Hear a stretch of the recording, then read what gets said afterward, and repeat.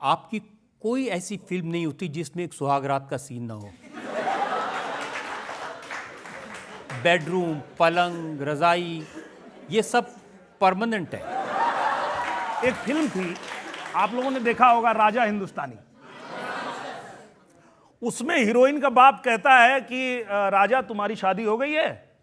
तो बोलता नहीं साहब, अभी तक जो चाहा वो मिली नहीं। बोला तुम लोग भी सपनों की दुनिया में खोए रहते हो, जैसे लगता है कोई राजकुमारी आने वाली है। तो बोलता आएगी साहब, हमारे भी सपनों की राजकुमारी आएगी। हम देखे तो हमको लगा हमारे भी सपने की राजकुमारी आएगी, और फिर हम सर निरहुआ हिंदुस्तानी बनाए और निरहुआ चल दिया अपने सपने की रानी खोजने मुंबई आने के बाद सपने की रानी मिल भी गई। सपने की रानी को लेकर के गांव आया, और गांव का कल्चर, भोजपुरी का कल्चर ऐसा था कि वो जो बिगड़ी हुई लड़की थी वो सुधर गई। उसका बाप भी आके नहीं उसको पहचान पा रहा है कि ये मेरी ही बेटी है जिसको हम जिंदगी में नहीं सुधार पाए, आप लोग कैसे सुधार दिए? तो हमने कहा कि भोजपुरी का रंग होबे ऐसन करेला कि कौनो रंग पे चढ़ जाला।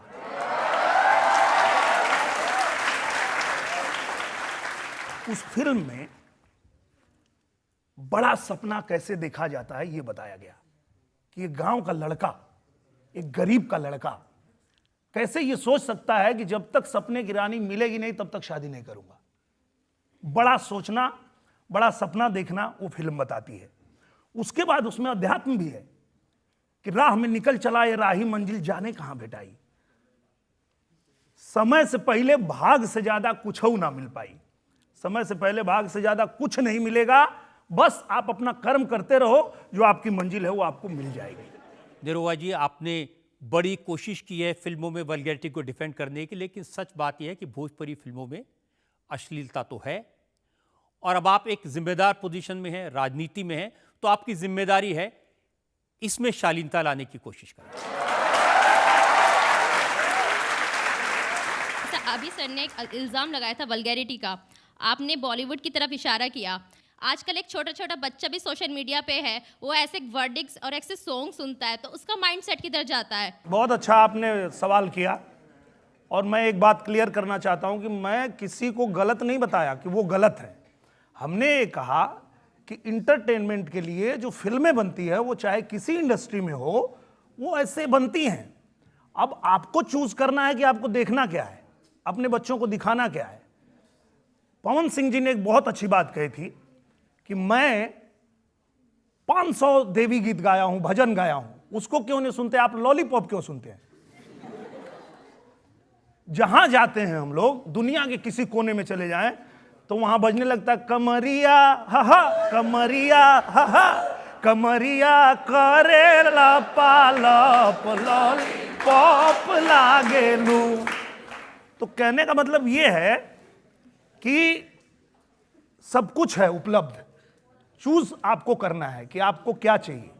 मैं जानती हूँ बिहार में कैसे रिस्पेक्ट से बात करते हैं, या इवन छठ पूजा, ये सारी चीज़ें हैं, बट स्टिल एज बिहारी मुझे ये एक्सप्लेन करना लोगों को बहुत मुश्किल हो जाता है कि बिहार में रिस्पेक्ट से बात करते हैं, अदब से बात करते हैं। सो ये चीज़ें अगर आप प्रमोट नहीं करोगे तो कौन करेगा? मैंने किया है प्रमोट, और मैं आज आपको बताता हूं कि दुनिया में कोई भी आपको अगर ये बोलना चाहे कि आप बिहारी हो, आप भोजपुरी बोलती हो, तो इस बात के लिए कभी शर्मिंदा मत होना। आप ये बोलना कि आपको देखना है, माई जाके देखो, बनाया है मैंने, आपको देखना है, अभी फसल आई है।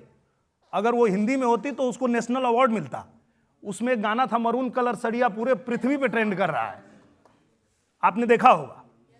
तो उनको बताइए कि ऐसा नहीं है, वो जानबूझ के साजिश करते हैं आपको नीचा दिखाने के लिए, लेकिन उनको गर्व से कहिए, जैसे मैं कहता हूं कहीं भी जाता हूं, चाहे रहिया बॉम्बे दिल्ली, चाहे रहिया मसूरी में, लिखिया पढ़िया कौनो भाषा, बतिया भोजपुरी में। देखिए, आपने यही प्रूव कर दिया कि आप कितने दिल फेंक हैं।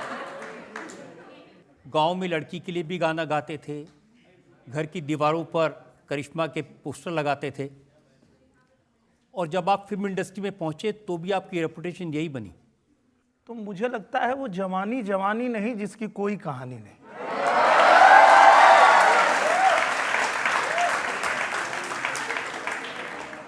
भैया ये जीवन मिला है, बाद में फिर मिलेगा कि नहीं मिलेगा पता नहीं है। तो हमको ऊपर जाके ये नहीं चाहिए कि भगवान कहें कि भैया तुमको सब कुछ दिया था तो तुम ऐसे ही कहाँ आ गए। तो इसलिए हम तो कोई मौका छोड़ते नहीं है। मैं भी मौका नहीं छोड़ूंगा, आपसे पूछ लेता हूं, आम्रपाली से आपका क्या चक्कर है?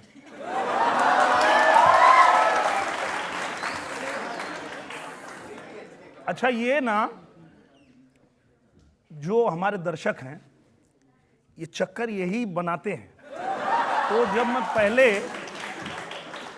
पाखी जी के साथ फिल्में करता था और कहीं स्टेज पे जाता था तो ऑडियंस बोलती थी, ए भैया तनी भौजी के बुलावा, भौजी के बुलावा। तो वो बोलती थी, अरे ये लोग ऐसा क्यों बोल रहे हैं? हम बोले आपको पता है ना, बोलने दो, अगर वही बोल के खुश हो रहे हैं तो क्या दिक्कत है।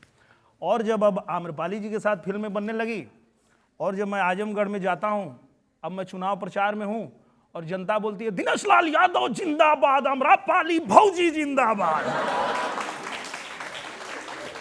तो मैं बोलता हूं, अरे यार क्यों किसी का जीवन बर्बाद कर रहे हो आप लोग। शादीशुदा हूं, 2 बच्चे हैं मेरे, इतनी खूबसूरत हीरोइन है, वो शादी करेंगी तो किसी मतलब ऐसे व्यक्ति से करेंगी जो उनको पसंद आएगा। आप लोग जबरी उनको क्यों भौजी बना रहे हो?